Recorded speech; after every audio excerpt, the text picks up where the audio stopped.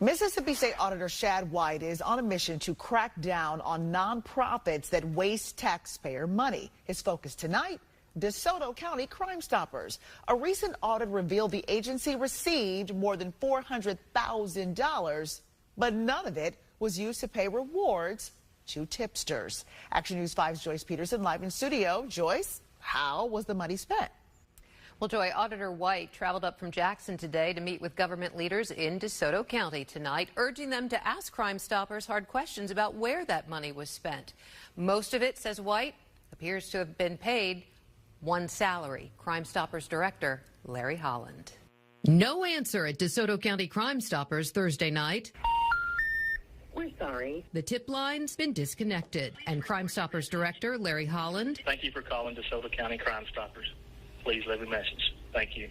Didn't pick up when Action News 5 called his taxpayer-funded cell phone. 60% of the money that the nonprofit spent actually went to salaries. Mississippi State Auditor Shad White visited DeSoto County Thursday to meet with government leaders to discuss the Crime Stoppers audit his office released this week. There was nothing in our audit that showed any kind of criminal activity at Crime Stoppers. But what it was a ton of money going to salaries, a ton of money being spent, and not a ton of documentation around whether or not the Crime Stoppers entity was effective at all. The state audit found Crime Stoppers received $400,000 over the last decade, but DeSoto County Crime Stoppers could not produce any evidence showing it ever received or processed tips. Crime Stoppers Director Larry Holland received a salary, roughly $240,000 in salary expenditures in the last 10 years. The audit also shows he used taxpayer money to pay for car insurance and his cell phone, and $625 to ship calendars 13 miles from Hernando to Horn Lake. Crime Stoppers received its funding from misdemeanor convictions like speeding or petty theft from these agencies. Olive Branch stopped contributing because of, quote, irregularities in the program, according to Mayor Ken Adams. And South Haven Police Chief Seth Kern tells Action News 5 they're setting up a new county-wide Crime Stoppers organization to allow oversight of the funds and expenditures. And that, says Auditor White,